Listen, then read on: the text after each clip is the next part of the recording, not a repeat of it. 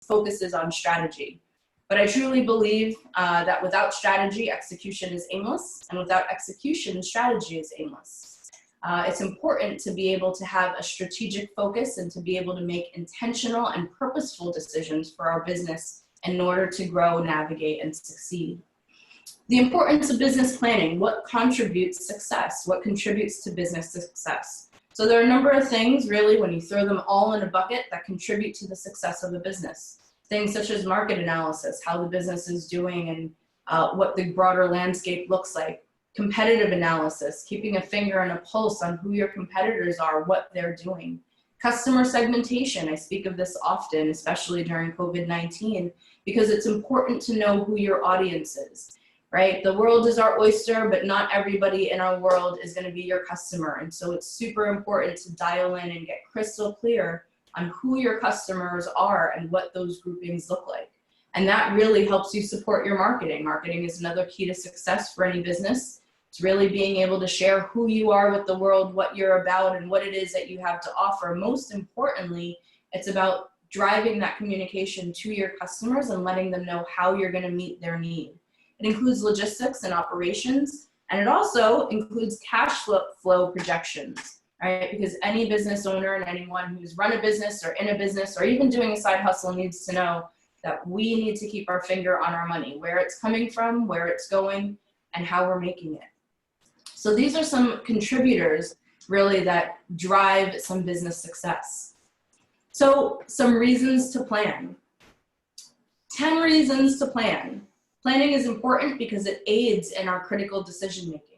It helps us to iron out the kinks, to avoid some big mistakes, to set better objectives and benchmarks, and that's really an ongoing effort. To provide a guide for service providers, also to provide a guide for onboarding, for expanding, for starting to bring on employees within a business. It helps you to better understand the broader landscape, right? It helps you to reduce risk, to develop new business alliances, and it helps to protect your business energy.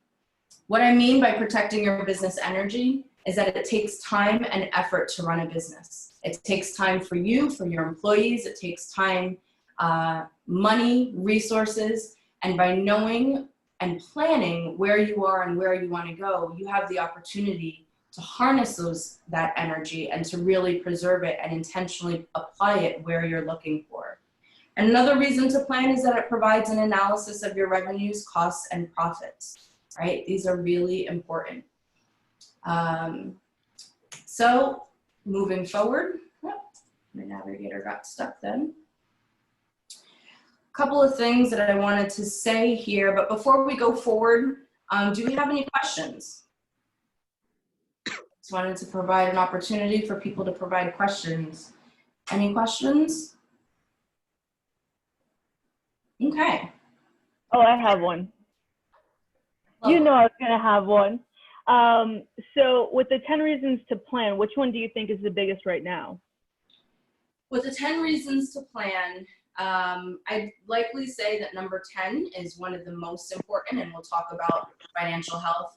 I'm sure, there are many of us that are on the call that are business owners that are starting out, I heard, and that also have been in business quite some time.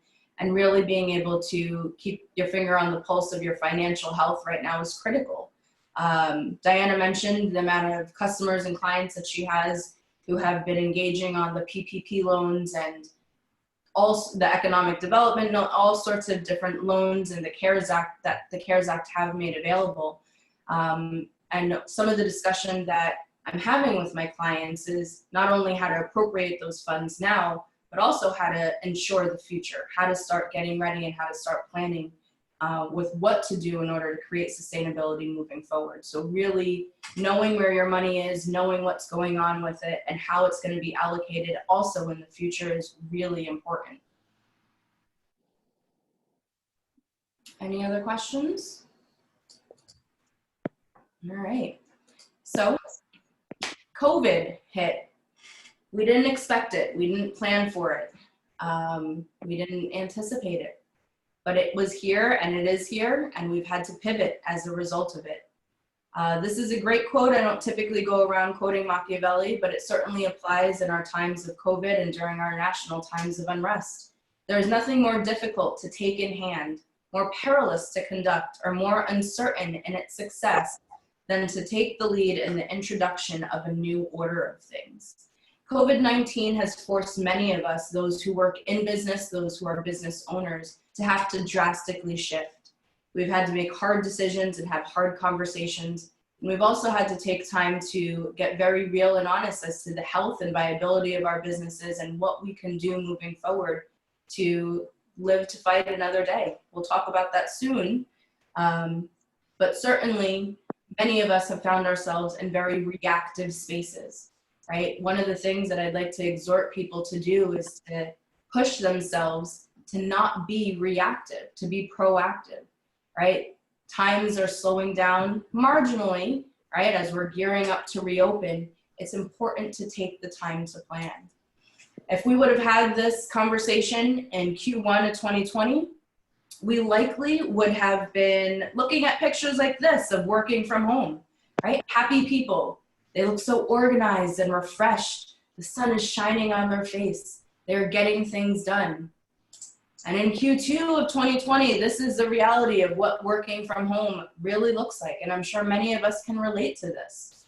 Those of us that have children, those of us that are juggling a numerous amount of hats, in addition to the number of hats that you're wearing as a business owner, there are the number of hats that you wear in life and the roles that you play. Some now are playing teachers, some are playing caretakers, some are playing all sorts of different roles, right? It has put us in a position to really have to make some drastic changes in our life. Currently, as we continue to move through COVID, sadly, this is the reality of what a lot of us are seeing. There are difficult times and difficult decisions and needing to make sense of what has happened to our business over the past 2 quarters. Some businesses will survive and have survived, some are fighting to survive, and some have made decisions that they will no longer be able to survive, right? So where should our focus be? Well, here are a couple of areas that I'd like to draw your attention to. Managing cash flow. So managing cash flow is extremely important. There are tools really designed to help you understand your spend and really being able to look at what it is that you're planning on doing with your money. During this time, we've had to, many of us, come down to austere budgets, bare bones. What is it that we need to survive? Cutting our budgets, keeping track of spending, talking with your creditors and creating negotiations, right, or negotiating with your creditors. These are really important aspects of managing your cash flow. Being able to understand where your money is going, when it's coming back into you, if it's coming back into you, and what to do in the meantime. Areas to focus on around optimizing your workforce, right? So have any of you heard of the sort of Pareto principle, right? That 80-20 principle? 80% of the effect is due from 20% of the impact, right? Well, that applies very much in our business landscape. Typically, 80% of our revenues are driven from 20% of the biggest projects or clients that we have. 80% of the effort that our business is supported by comes from 20% of our employees. So I am not in any wise advocating to cut employees or to cut your staff. But as a business owner and as someone in business, there are 2 sides to consider. From business ownership, it's important to consider now more than ever the value that each employee is bringing to your business. How are they contributing? Do we know that? Because during these times, the natural inclination is to reduce cost, right? 20% of our revenues go to probably more, a little bit more. Diana can probably speak to the numbers, and Jordania, right? But around 20% of our revenues are going to our employees.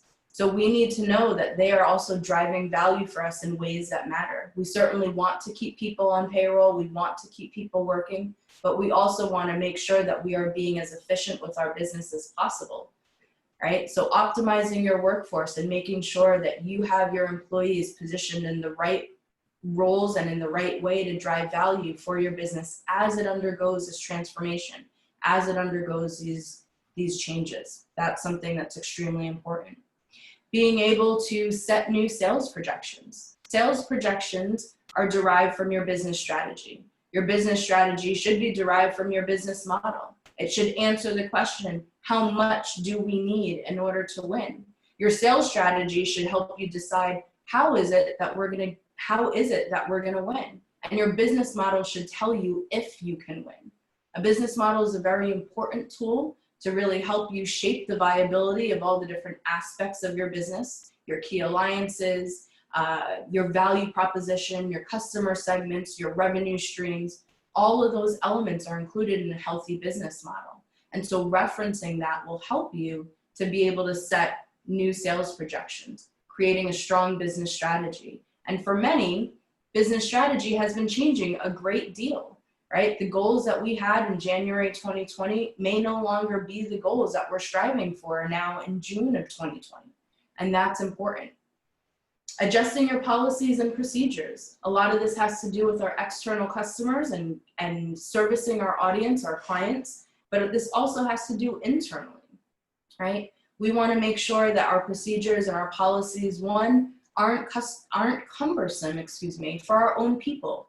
We want people to do their jobs to the best of their ability, and we want to make it easy for them to do so. So this is an opportunity to be able to streamline your operations, to be able to really look at the procedures that you have and creating productive procedures within your workforce.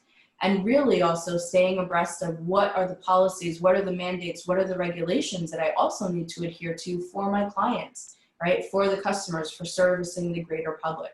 We're approaching doors opening in just a couple of days, in a few short weeks. We're going to be there, and there's a lot to consider in terms of health, in terms of safety, in terms of compliance, right? We want to be able to identify, but also evaluate the quick wins. As I mentioned, we've been in a very reactive phase, right? So this reactive state of business, it's often very challenging, and often there are things that are missed. So it's not necessarily just identifying the quick wins, right? What we can do within our business to open up a new revenue stream perhaps, or to meet a customer need, or to really enlarge a different area of our business model. But it's really evaluating, is it sustainable? Is this in line with my short-term goals and my long-term goals, right? So I've had clients approach me and ask my opinion, does it make sense to do this? Does it make sense to start offering this service? And in some cases it does, because it ties into their long-term plan of where they'd like to carry their business. And in other cases it hasn't. They've started to offer a service that when things settle down, because they will, when they settle down, it doesn't really fit into the landscape of their service offerings. And in turn, it causes their clients and their customers to be confused about the products and services they're offering. So before we start looking at quick wins and being very reactive and saying, I'm going to meet this new customer need in this fashion, we really want to be able to evaluate the health and the effectiveness of it. We also want to evaluate the incentive of your people, right? So COVID is not a business problem. It's a human problem. And that's so important to remember, because each one of us are humans. Each one of us have jobs. Each one of us go to jobs or did go to jobs or are trying to start a job, right? But at the end of the day, we're all humans, and this is affecting all of us. And so it's important to really align those values in terms of what's going to help drive motivation and create motivation for your employees or your staff, right? What type of safety? Perhaps the bonus isn't feasible right now. Well, there are other ways other than money to create positive motivation and to create incentive, right? Opportunity right now is tremendous. People want to contribute. They want to help. Believe it or not, people want to work. They want to return to working. And so really getting our alignment between what's a good incentive for us as a business owner or in a business, and really identifying what are going to be those strong incentives for our people, right? So that really the goal there is to maximize productivity. That's what we're striving for. This isn't a time for burnout. This isn't a time for taking advantage of people. This isn't a time for getting what you want at the expense of others. We're in this together, right? So it's important to remember that human aspect. Another area of focus that I want to speak to is making a community or tapping into a community, right? So there are a number of different communities. Everything has transferred to Zoom. We are inundated with opportunity to meet and connect online. Is it always feasible? No. It's important to really make sure that you're tapping into communities that are feeding your need. What is it that you need as a business owner? Do you need to be involved with some of the SCORE networks so that you can tap into expertise, tapping into the chamber, right? Tapping into different communities that can help you to advance your initiatives. Sometimes that might look like a community that can help me manage my stress. At other times, it's a community that can help to educate me in terms of what I don't know. What are the gaps that I need to fill? Another area that I wanted to focus on within this community aspect was tapping into your people. If you have employees, people want to contribute. There's great value in being appreciated and being heard and being able to help be a solution to a problem. And so don't overlook the importance of tapping into your people, of really looking at how can they help? Do you have ideas? And if you're not a business owner and you're working in a business, be bold about offering up solutions. This is a time where leadership has a great number of things on their plate. They have a great demand. There's a great amount of pressure in leadership.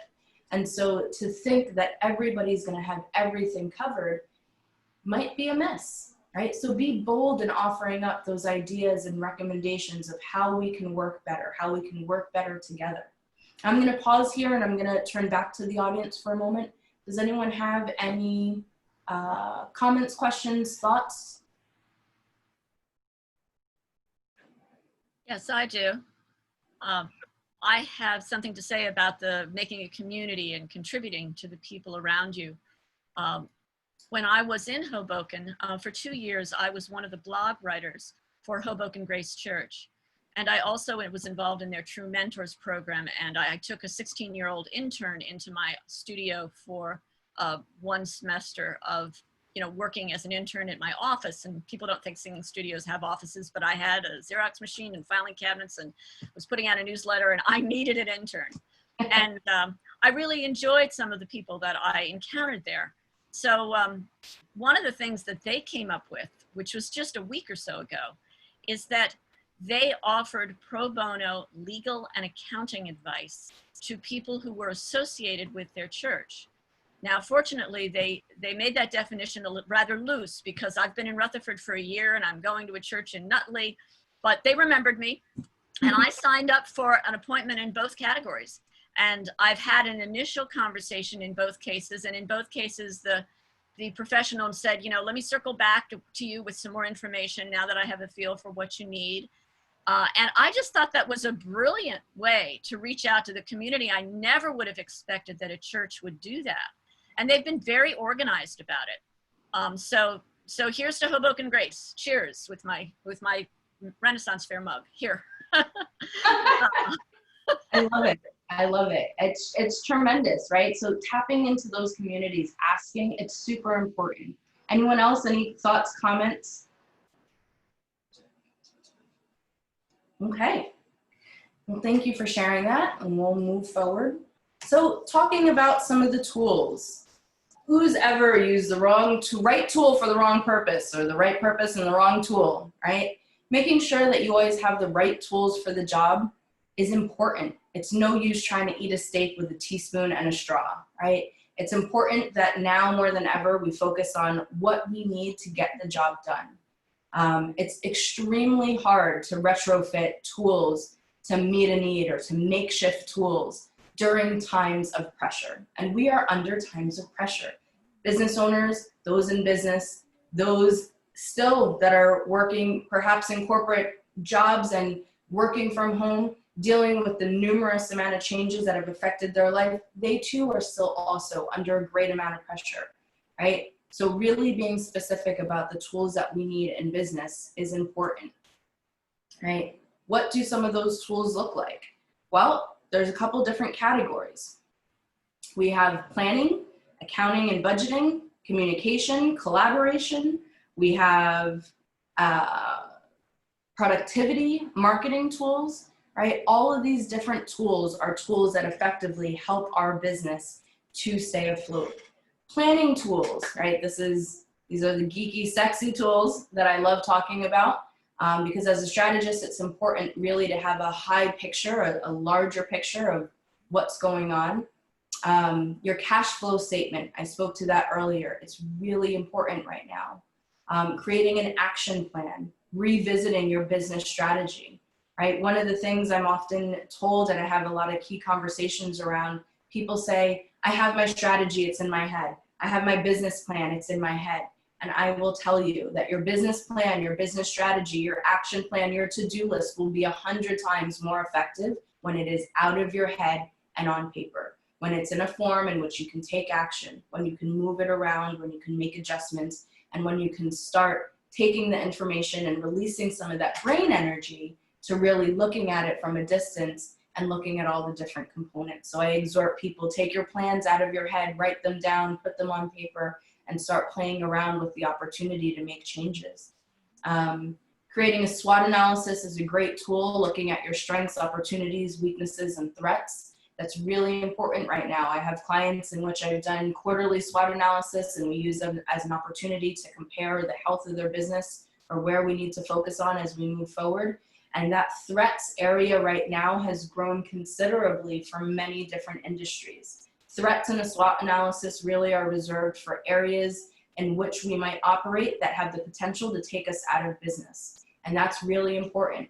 A break-even analysis, a financial tool, is a really important financial planning tool. Again, going back to being in that reactive space, many businesses took the opportunity to say, this is what we need to do now. Well, as soon as you have time, and I exhort you to make the time, if you still don't have the time, look at what it's going to take break even over the next couple of months. Plan and look at a risk assessment. What does the next 6 months hold for us at this state? If it gets better, that alleviates some of the risks, but really planning and looking at what are the constraints of my business and me being able to service my customers is really important. Accounting and budgeting, right? Having financial tools in place, having systems, things like FreshBooks or QuickBooks, having an accountant, really having those conversations and going over with them, where am I financially? What have I been trending? What has my spend been? Being able to categorize your expenses, to be able to see where my marketing dollars are, right? These are important tools to really be able to capture ROI and then to be able to come back and evaluate, is this a wise choice for me to still be putting my effort in? Needless to say, COVID-19 trimmed a lot of the fat on businesses, right? People abandoned certain plans, things that were superfluous suddenly put a stop to, projects that really weren't driving value were stuck in the mud.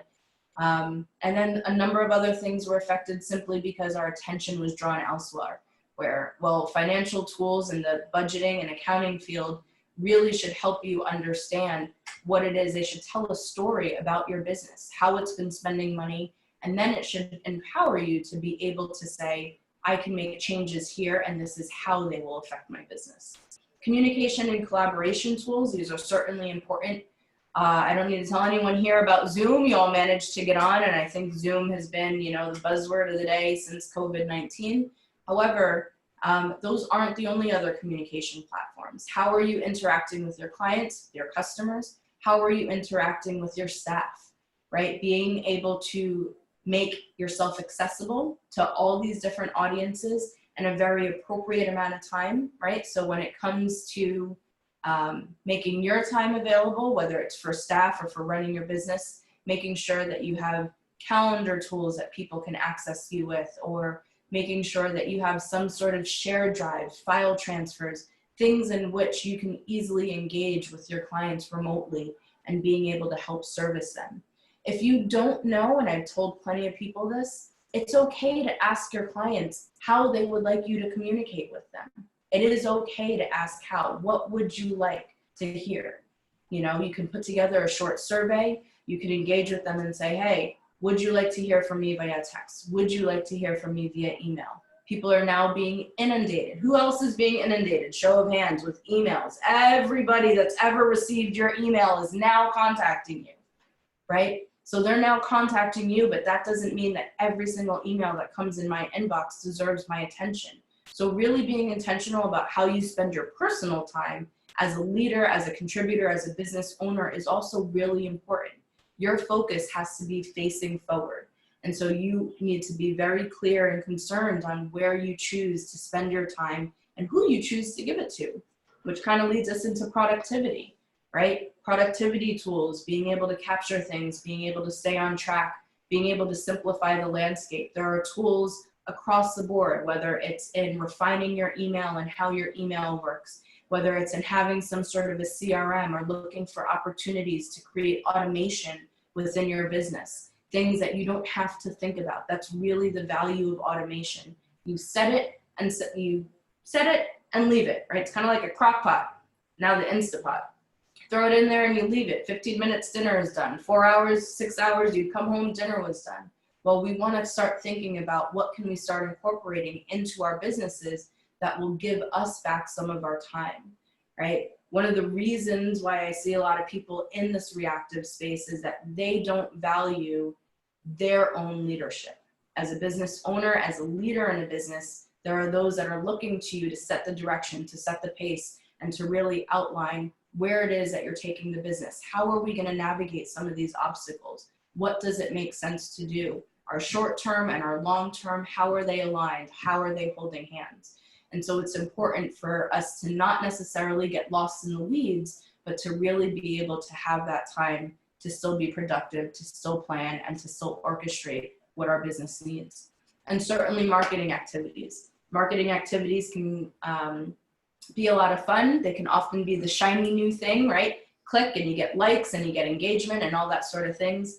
One of my marketing partners constantly says that being rich in likes is like being rich in Monopoly money, right? We don't want to be rich in likes. We're not interested in necessarily having all this likes. We want customers. We are in this to keep our business afloat. We are driving a business or building a business, right? We want our businesses to survive and thrive. So it's more than just having likes. We want to turn those likes into customers, and we want to turn those customers into loyal customers. And so really identifying where your marketing initiatives are, what they're supposed to be driving for your business. How is it that your marketing is supposed to be giving back to your business and increasing, that marketing strategy? That's important. Your marketing strategy doesn't come out of thin air. A marketing strategy is carved by a strong business strategy. You identify where it is that you plan on taking your business this year, and then your marketing efforts should 100% support that. So really taking a look, not only financially where you're spending your money, and I will also say as a business consultant, marketing, and I'm sure Paul can attest to this, marketing is a very quick way to spend a lot of money and have very little ROI. Track your marketing, run reports on your marketing, look at the time and effort being spent on your marketing initiatives. It's really important. Some people you should be talking to, and I've kind of alluded to some of these along the way, and we have many on the call. Business consultants such as Paul, such as myself, these are great contacts. Why are business consultants great contacts? Well, because every athlete has blind spots. Did you know that? And a coach is what helps that athlete to get around their blind spots, to help them see what they're not seeing.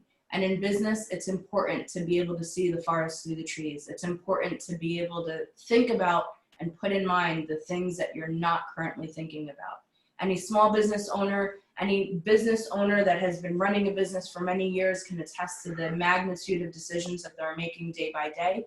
Business consultants are tremendous resources to help you move forward, to help you shape and to focus, to stay on track, and to fill in the gaps in knowledge. There are plenty of things that each of us don't know, and that's okay. We don't have to know everything all at once. CFOs and bankers, right? These are great contacts that I urge you to have conversations with. One of the things that I've seen in a really big way, COVID has changed the game in terms of relationships. Many people formerly had relationships with apps. They had relationships with their phone. Capital One came out with some sort of text, instant message type, application a couple of months ago, in which you can text and it would respond to you and it would track your finances and all this stuff. Well, I'm sure Diana and Jordania can both attest to the fact that nobody wanted to interface with an app when they had to figure out how to navigate the PPP loans and what the CARES Act and changes were meaning to them on a daily basis. You want relationships with people. Leverage your banker. Work those relationships. Ask them what information they have. Spend time. If it's a bi-weekly call where you just put 15 minutes and say, hey, can I touch base with you in 2 weeks just to see if there's anything new on the landscape I should know about, if there's any new grants, if there are any new opportunities that I could take advantage of. They know your financial situation. CFOs are great resources. They can come in if you don't know how to create a break-even analysis, if you don't know the health of your numbers, if you haven't run reports for your business, right? Tap into outsourced CFOs that really come in, right? You don't have to hire them full-time, but you can engage their services for a period of time to help you understand financially where you are. Another great resource and contact that I urge you to have conversations with are HR management consultants. For those of you that have staff, HR consultants are a tremendous resource because there is a lot on the landscape that is changing. It's changing daily, it's changing weekly, and it's important in order to stay in compliance, in order to not incur fines, that you speak with them and that you know. I think one of the things I often see, especially among small business owners, is this great desire to know everything, to keep your finger on the pulse of everything. And I can tell you that oftentimes it's a mistake because we simply don't have the capacity. So it's important to build relationships with experts in these fields who make it their business, and they can inform you. They can help you to know what you need to know as pertaining to your industry, to your field, right? And this looks like individuals in paychecks. This looks like individuals, you know, in all sorts of different payroll companies. They have services in which consultants can help you understand what the new regulations pertaining to your industry mean. And marketing specialists, I urge you to have conversations with marketing specialists. It's easy to want to do it yourself. Every one of us can go on Pinterest and have some sort of DIY marketing initiative for our business. But there is something to having someone who knows this landscape, who knows this field, but also who can execute with not only tenacity, but with targeted intention. And that's really what you want. Right now, our business has been so disrupted that it's important that our messaging and our customers know what it is that we're offering them, right? Imagining opening in 2 weeks and 80% of your clientele didn't know that you were opening. What a miss that would be. Well, that's how grave this marketing is during COVID-19. It's important that our marketing messages are targeted, that our customer segments are accurate, and that we really partner with specialists that can get the job done, right? These people will help you to succeed. They will help you to win during COVID-19, right? What does winning look like for COVID-19? I stewed and stewed and stewed about this for so long. Because at the end of the day, we want to win. None of us open business, none of us are in business to lose, right? But some days we have to live to fight another day. We've got to trim the fat. I've talked about that. There are things that we have to do to take an honest look at the health of our business, the strength of our business, the viability of our business, what is bleeding our business of resource, right? Gather learnings. Take this time. There are a lot of learnings to be had from different sources, from different groups, from other business owners, from different cohorts. Gather learnings within your industry about what people are doing, what best practices are engaging, and what's also shot them in the foot, right? That's important for you to be able to navigate around potential obstacles. Make hard decisions. And this is a tough one, but this is a time that calls for decisions to be made. This is not a time to sit back and to let other people take the steering wheel, right? Working in a business, there are hard decisions that are being made and that are continuously being made top down. I'm sure many of us that are abreast upon, that are up to date on news, let me say, have seen that there are a great number of C-suite leaders these days that are getting fired or that are tendering in their resignation due to mishaps in communication of various sorts, mishandling of things. There's a great amount of pressure for business owners and for established businesses alike. Make the hard decisions to do it right the first time. Your success in life isn't based on your ability to simply change. It's based on your ability to change faster than your competition, customers, and business, right? We want to be able to be agile. We want to be able to see our blind spots, right? And that's not an easy thing to do, right? Creating a plan to stay on track. Proper planning prevents poor performance, and effectively, that's what winning looks like now, preventing poor performance. We need a plan. Time and money are not unlimited commodities, right? We are after either launching a business, growing a business, or running a business. None of us are in here because it's our side hustle and we're pulling in 50 bucks a week, right? This isn't a group that meets for the sake of encouraging us, you know, or making us smile. We are in business to make money and to win. And so one of the keys to winning after everything is said and done is staying in alignment. We want results that support our business strategy. And in order to know our business strategy, we need a plan. If you don't have a plan, I encourage you to make one so that you can have, oh, I guess I made that slide a little too small and it just says business, business, business. What it should say is that your business plan, right? You have your business plan, then you have your business model, then you have your business strategy, and then you have your marketing strategy. Each of those are nested inside one another. They each depend on one another. And so with that, certainly reach out if there are any questions or concerns, if there are any answers that I can provide. I think we're going to open it up in just a minute for questions, thoughts, and comments. I would love to connect with each of you to talk about where you're at in business, areas that you may or may not need some support, things that you have been thinking on, or talk about what you're not thinking about, right? That's always an important conversation. My mantra here is because lost time is never found again. Certainly, oh, I think I have the wrong date on this slide. Nonetheless, we will be having another program next month. And so stay tuned for further details of that. I'm gonna stop sharing and I'm gonna sip my water here and turn it over to Melissa and open it up for questions. If anybody has any question, you can share, you can unmute your mic and feel free to. Hi, Melissa. It's Amy. I have a question for Elke. So one of the slides talked about how you can motivate your staff not using money. Obviously, in good times, you can give people raises, you can give people bonuses, you can give people promotions. So what are some ways that you can motivate your staff without money? So ways that you can motivate your staff without money include opportunity to contribute, include opportunity to lead, right? So people want opportunity to develop skills. People want challenges to solve. People want recognition.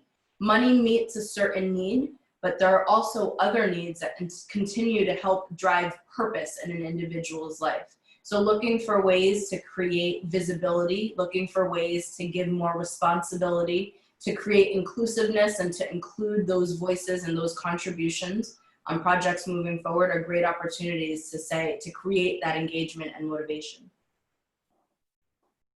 I also want to share that the Chamber a while ago formed the Hudson Hub, which served as a resource for employer to offer low-cost training to their employees. And those trainings are provided through New Jersey City University, the Hudson County Community College, and I believe St. Peter's as well. And they go from accounting to marketing. Any other question?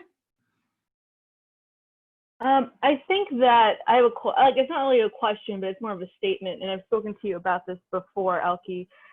What I'm finding like right now really is that clients are in the middle of trying to do another business plan. And so they're really not sure even where to go with their business plan. And they're kind of not all over the place, but they're trying to figure it out. And it's a worry that they have. So what would you recommend their strategy be, or like, I guess, how should they pivot? Should they be on their toes for the next 6 months? Well, there are a couple of things. I'm making you work in this webinar. No, I'm kidding. I love it. There are a couple of things I heard in that, right? So I heard uncertainty around their business plan. So first we'd really be addressing Do they actually have a business plan? Again, is it just in their head? Is this just thoughts? Is this a compilation of sticky notes? Or do I actually have a business plan that's sort of hard and fast? It doesn't need to be perfect. It doesn't need to be 800 pages, but really creating a plan to capture some of the different key components of their business, where they're taking it, and what it is that they're striving to do. Second to that, I heard uncertainty around opportunity, and really one of the bigger tools that I like to use in seeking and intentionally looking for the right opportunity is around a business model. So really honing in on what your core business model is, right? What are the components of that? And a business model is how you're going to make money. This is what I want to do. I have a new client who is wonderful. He has a tremendous idea. So far, this idea has no legs to make any kind of viable money because he is giving everything away. So it's like a club. And I had to tell him, you are having a club. This is not a business, it's a club. You are offering things to people, right? So really helping people understand, how is my business going to make money? And then looking for other ways to make money with around that core business model, right? So when businesses start looking into expanding into new markets or offering new products and services, you come back to that core business model and you look at, what are some of the key alliances that I need? What are some of the key partners? What's my method of being able to distribute my products and services? What can I piggyback off of that's already established, and perhaps what's new, right? So that's really the tool that I use to start exploring future opportunity and what they should do.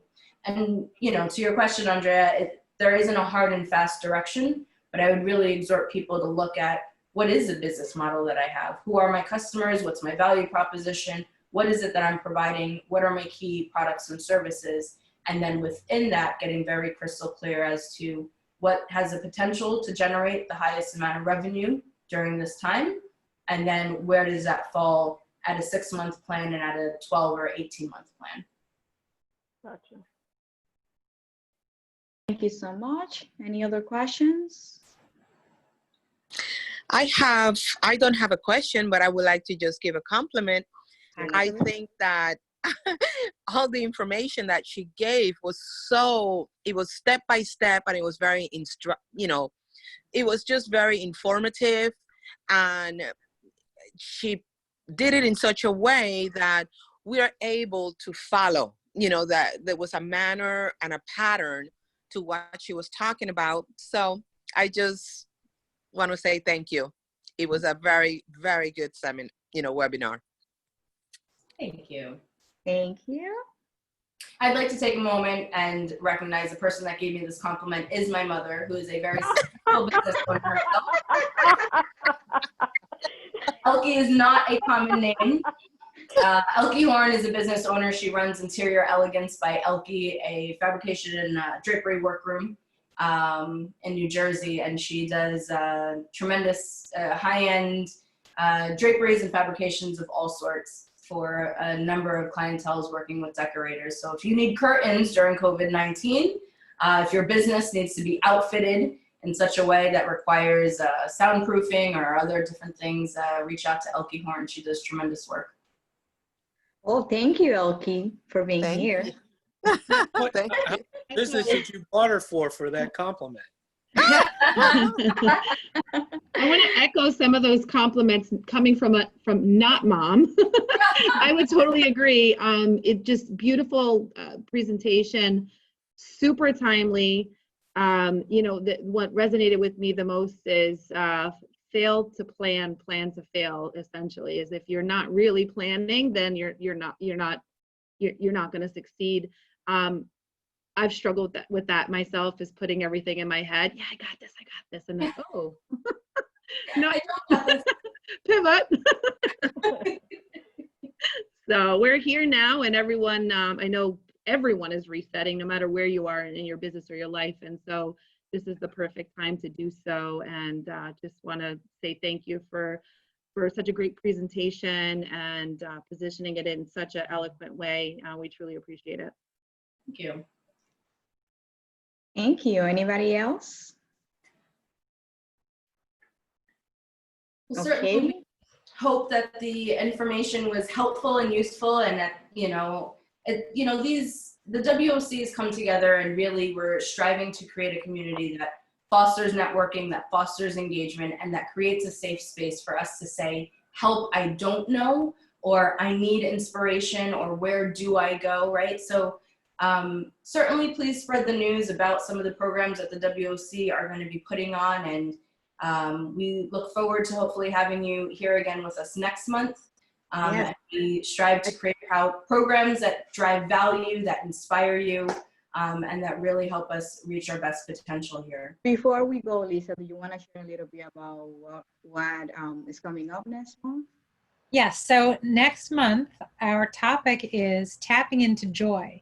So we're dealing with a lot of things that are stressful, needless to say, with all of this COVID and all of this, you know, life being thrown at us. And it is so important that we remind ourselves the passion that woke us up, that had us step into our businesses in the first place. There was some joyful moment there, and it is from that joy that we truly get to create. So our workshop next month is all about tapping into joy, and it will be interactive. So come and have some fun. It's going to be July 9th. I don't think we have a time yet set for it, but the date is July 9th. Yeah, that's correct. Also coming up next week on Friday, June 19th, at the Breakfast Club, we're gonna have a speaker from Google. I think it's Gina Simon's her name, and she will be talking about decoding Google. You're gonna learn about how to create and optimize your Google My Business account, and also how to win with Google. So please join us. That's Friday next week from 8 a.m. to 9 a.m. At the Breakfast Club. So I think we're good to go, Elkie. Any final words? Thank you all very much. Oh, never mind. Yeah, Sorry, go ahead. Oh, I was just going to say, can I hire your mom to jump on all my Zoom calls and talk about me like that? So that's great. I do have a fee for that, though.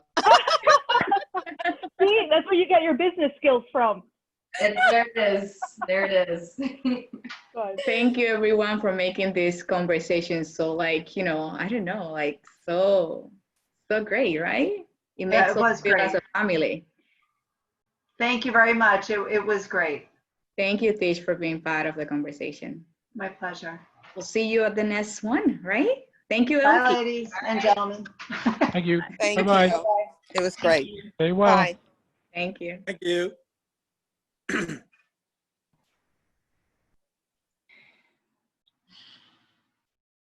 know what happened. If I can stop.